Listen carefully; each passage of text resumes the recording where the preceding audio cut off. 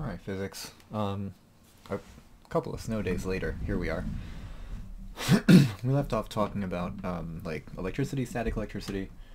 I'm gonna pick up, talking a little more about it, and then we're going to talk about a lab that I want y'all to start. If you're in class, obviously you'll start it in class. If you're at home, you can still do at least most of the lab. I am working on figuring out how to do all of it, because I feel like you should be able to do all of it. But you'll be able to do at least 2/3 of it, and that's like enough to get what I what I want you to see as far as like static electricity, and not just static electricity, but also like static electricity or electrostatic forces, which is like the really formal version of what we're going to talk about. But we talked about how if surfaces move past each other, you can have the transfer of charge from one space to another space, and it builds up and it builds up and it builds up, and eventually it zaps something, right? It could be in the form of like lightning, could be just you walking across a carpeted floor and trying to open a door. It could be like fleece blanket that you wrap yourself up in, and then you rip it off and you get like little itty bitty static charges everywhere. But we can actually like utilize that static buildup to make stuff stick to each other. This is how you, like, if you take a balloon, right, you rub it on your hair, you can stick it to the wall. It'll stay there for a while, and the reason for that is something that you guys are familiar with, something you guys know, opposites attract. So opposite charges will attract each other. So obviously the two electrical charges, we have positive and negative, that combination will attract. Shouldn't be a surprise. If you have positive positive or negative negative, we say those repel. They push each other away, right? So there's a way to calculate this force, and there's a way to kind of mathematically approach it. We'll do that soon. We'll do that after the lab, actually. In the lab, I want to talk about one other situation, because there's like, it's not that there's a third charge, but there's a third like condition. You can have positive stuff, you can have negative stuff, and you can have neutral stuff. Right? And if you try to bring a neutral thing towards a neutral thing, nothing happens, right? I'm sitting in my chair, you guys can be holding your pencil, tossing a basketball around. Those are all neutral objects, and there's no electrostatic force, right? So what I'm describing here are electrostatic forces, right? These are forces that come from the buildup of charge in one place. So if you have positive charge built up one place and negative charge built up another place, those two things will attract each other, whatever they are. If you have positive... As I throw my pen, because reasons. Hello? We're losing stuff, including, but not limited to, my mind. Alright, we found it. We're good. If you have positive and positive, they will repel each other, they'll push away. Same with negative and negative. And if you have neutral and neutral, nothing will happen. The interesting condition that I want to, like, discuss is if you rub the balloon on your head and you stick it to the wall, let's say the balloon becomes negative, just for argument's sake. The wall isn't positive. Why does it stick? Right? It sticks because neutral and positive. Oh, yep, okay. Thanks, phone. Appreciate you. One of these days I'll have no interruptions. But it's fine. Neutral positive and neutral negative, they'll actually attract each other. They actually will. And I'm going to use the lab to kind of show why that is. And you should be able to see this like interaction happening. This, if you make something charged and you bring it towards something neutral, you should find that it attracts. And similarly, if like charged things come together, they should repel. If opposite charges come together, they should attract. So the lab that I'm going to kind of look at here, pretty sure I have it. Word document, maybe? Hey. Okay. Oh, hello? Oh. Oh, okay, I can move that one, but not, there we go. What?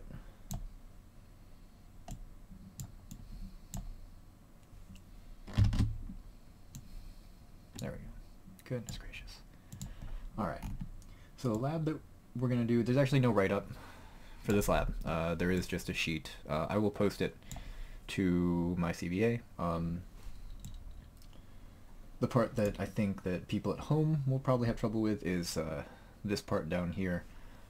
Like I said, I'm thinking about it because I think you can pull it off. I just got to make sure the interaction is the same if you use like a cotton shirt as you would if you used animal fur. I'll get to it. Now I'm gonna do my best to explain this now. Look for another video where I like actually demonstrate this with pieces of tape and such, because it can be weird trying to explain this. All you need is like Scotch tape, right? Scotch tape works best. Painter's tape will definitely not work. Duct tape might work, but is like a lot wider than it's worth. Like Scotch tape, regular tape works the best. Double-sided tape, not great, because there's no way to double-sided. Don't use double-sided tape. Try regular plain old Scotch tape. Take an 8 centimeter, 8 centimeters. It's like about the length of a finger, ish. Like that's fine.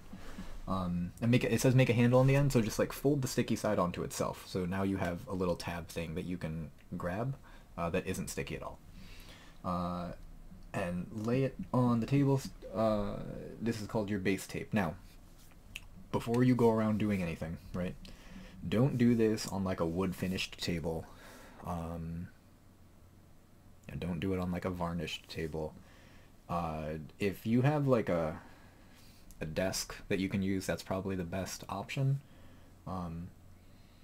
Yeah, but don't just like randomly put tape down on a surface and expect nothing to happen when you rip it off, because like it's going to affect it. In class, right, we use the desks, we use the lab benches, because that's, I'm not worried about damaging that, but I don't want you putting Scotch tape like randomly on some kind of piece of furniture and it's like, oh, what happened here? You know, please don't go destroying stuff. You're going to take a piece of tape and you're just going to place it down on the table. It's just going to act as a buffer in between the table and what we're going to do. Then you're going to do that 2 more times, right? So if you see the diagram right here, you have your base piece of tape, and this little thing is just like the tab that you can grab to rip it off, so that it's not, again, you're not like digging your nail into something to take it off the table. But the base piece of tape, and then you have 2 more labeled bottom and top. They're going to be bottom and top with respect to each other. Bottom is technically middle, top is definitely top, but like, it's fine, right? You're going to do this twice. So you're going to have 3 pieces of tape on top of each other, and then you're going to have 3 more pieces of tape on top of each other. 2 different sets. To do this lab easiest, you probably want a parent, a sibling, probably not a pet because they don't have opposable thumbs. They're not always good at taking direction. But another person would be really helpful to do this, because what you're going to do, you're going to take one of the bottom and top tapes, right? Those 2 upper pieces of tape, you're going to rip them off together from the bottom tape, and then you're going to rip them apart from each other. And do it kind of quickly. Be abrupt about it. Don't like very kindly rip them away from each other. Like rip it off like you're ripping off a Band-Aid. Rip. So you'll end up with 2 pieces, right? Make sure that you know which one is the top piece and which one is the bottom piece, because that's actually important, right? You're going to hold those up, and then whoever is helping you, hopefully, can do the other ones. They'll do the same thing. They'll rip off both pieces together. They'll rip them apart from each other, making note of which piece is the top piece and which piece is the bottom piece, right? There are directions here. I'm going to I'll say it here and I'll say it again when I demo it. You should see this table. And the table has like boxes for what happens when you bring the top piece near a top piece. What happens when you bring the top near the bottom. What happens when you bring the top near foil and near paper, okay? So what you're going to do, you're holding a top and bottom piece. The other person is holding a top and bottom piece, right? Bring the top pieces near each other and see what they do. Do they do nothing? Do they attract? Do they repel? Right? Then one of you holds out a top piece, the other one holds out a bottom piece. Do they do nothing? Do they attract? Do they repel? Right? And you'll do that, and that will cover these 4, right? The top and the top, top and the bottom, and the bottom and the bottom. Now some of these will repeat. That's okay. Once you've done that, both of you can place the tape back down. I'll put them all back down normally. So put the bottom one down first, put the top one on top of it, and like rub make sure that they're stuck to the table again. find some paper, just like any old paper, literally like whatever paper. Rip off a strip. It's about the length of your finger again. And try to find some aluminum foil or tin foil, any kind of foil really. Not like saran. It can't be saran wrap. It's got to be some kind of foil. If you can't find foil, it's not a big deal. I will make sure to put that in the demo as well. But you're gonna do. One of you is gonna do the same thing. You're gonna rip the two pieces of tape off, rip them apart from each other. You have a top and a bottom. Bring the top piece of tape near the paper. See what happens. Nothing. Attract, repel. Bring it near the foil. Does it do nothing? Attract or repel. Then you'll do it with the bottom. Bottom with the foil. Bottom with the paper. If you'd like to be very, very thorough, although you know what should happen, if you'd like to be very, very thorough, get a second strip of paper, a second strip of foil, bring the foil near the paper, see what happens, bring the foil near the foil, see what happens. I will, like, spoiler alert, you should know what happens if you bring a piece of foil near a piece of foil, you should also know what happens if you bring a piece of paper near a piece of paper. What you expect to happen. But you should be able to, like, fill out this top section. Now, the other section is something that, like I said, I'm still working on, so when I record the video and when I post the other video, because I think we're only going to get about that far in class, or we did only get about that far in class, so like I kind of know that that's as far as I'm going to get. I'm figuring out how I can simulate this. I'm pretty sure you can do it with, if any of y'all at home just have like a regular pen, like a ballpoint pen,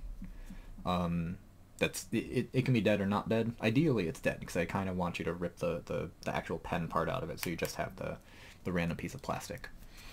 That will probably be the easiest way to do it. So you'll need an empty pen, some kind of fluffy shirt or sweatshirt or sweater, fleece. It should actually work great. I think fleece, and like a plastic bag or plastic wrapping or something. But I will do that in the demo. Yeah, we're starting this. It's going to go in as like 2 grades, because we did part of it now and we'll do part of it later. The questions are things that we will answer a little bit later, and they are going to tie directly into how these interactions work and why specifically this interaction happens, right? So you should kind of be able to predict what's going to happen in this lab, but we'll talk more about that next class. Spoilers. When we finish the math, you are probably going to have a quiz on this right before the break, just because I want to make sure that things are pretty clear before we go away for a week. It's not terrible. The equation that we will use is on your reference table, so nothing you have to memorize. After we finish talking about static, we will get into current electricity, how your phones work, how your computers work, TVs and all that. It's going to be great. Again, I imagine that you will probably have questions, or if you have questions, send me an email, ask during class, carrier pigeon, like I said, whatever works, as long as I know that you have questions, because otherwise I'm going to kind of keep cruising along like everything is cool.